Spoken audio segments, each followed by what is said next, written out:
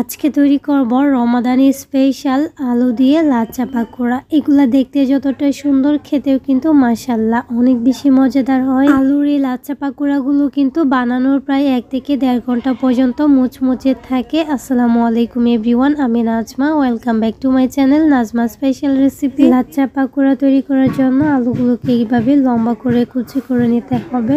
চাইলে কিন্তু আরও লম্বা করে নিতে পারেন, তাহলে আরও বেশি সুন্দর হবে পাকোড়াগুলো। সবগুলো পাকোড়া এইভাবে কিন্তু লম্বা করে কেটে নিয়েছি। এখন ধুয়ে পরিষ্কার করে পানিটাকে ঝরিয়ে নেব। এই পাকোড়াগুলো বানানোর ক্ষেত্রে এই আলুগুলোকে কিন্তু লবণ দিয়ে কষলানো যাবে না, এগুলাকে এইভাবেই হালকা হাতে ধুয়ে পরিষ্কার করে পানিটাকে ঝরিয়ে নিতে হবে। তো পানিটা ঝরানো হয়ে গেলে এখানে কিছু মশলা অ্যাড করব। লাচ্চা পাকোড়ার মধ্যে কিন্তু অত বেশি মশলা দেওয়া হয় না।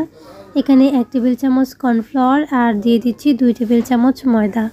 এত বেশি কর্নফ্লাওয়ার বা ময়দা অ্যাড করা যাবে না, তাহলে কিন্তু এগুলা বড়ার মতো হয়ে যাবে। একদম কম পরিমাণে দিতে হবে। চাইলে ময়দাটা স্কিপও করতে পারেন, তবে আমি যতটুকু আলু দিয়েছি তার জন্য কিন্তু এটা একদম পারফেক্ট হয়েছে। সেই সাথে লবণ, মরিচ, হলুদ, আদা বাটা, রসুন বাটা, ভাজা জিরার গুঁড়া, সেই সাথে দিয়ে দিচ্ছি স্বাদ মতো লবণ। মশলাগুলোর পরিমাণ আমি কিন্তু স্ক্রিনে দিয়ে দিচ্ছি, চাইলে কিন্তু আপনারা দেখে নিতে পারেন। এখন সবগুলোকে খুব ভালোভাবে একত্রে মিশিয়ে নিব।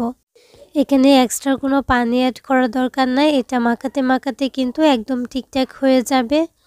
তো দেখেন কিছুটা সময় মাখানোর পর কিন্তু এখানে পানি ছেড়ে দিচ্ছে আর একদম ঠিকঠাক হয়ে গেছে। আমি এখানে কাঁচামরিচও দিয়েছি, চাইলে আরও মশলা অ্যাড করতে পারেন, তবে অল্প মশলায় কিন্তু এটা একদম পারফেক্ট হয়। আর এভাবে কিন্তু আমি দিয়ে দিব। আর এদিকে চুলায় একটা প্যানে পর্যাপ্ত তেল বসিয়ে দিয়েছি। তেলটা গরম হওয়ার পর কিন্তু পাকোড়াগুলো ভেজে নিতে হবে। আমি আগে আরও অনেকগুলো পাকোড়া ভেজে নিয়েছি, এখন আপনাদের সাথে শেয়ার করছি।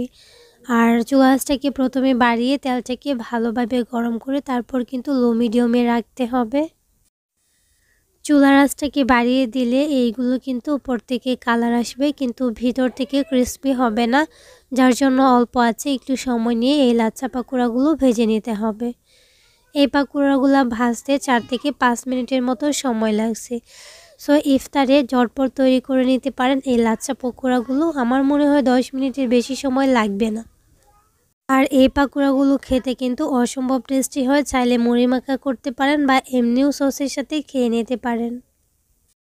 একটা পাশ শক্ত হওয়ার পর কিন্তু এগুলা উল্টে দিতে হবে, যেহেতু এখানে ময়দার পরিমাণটা একদমই কম।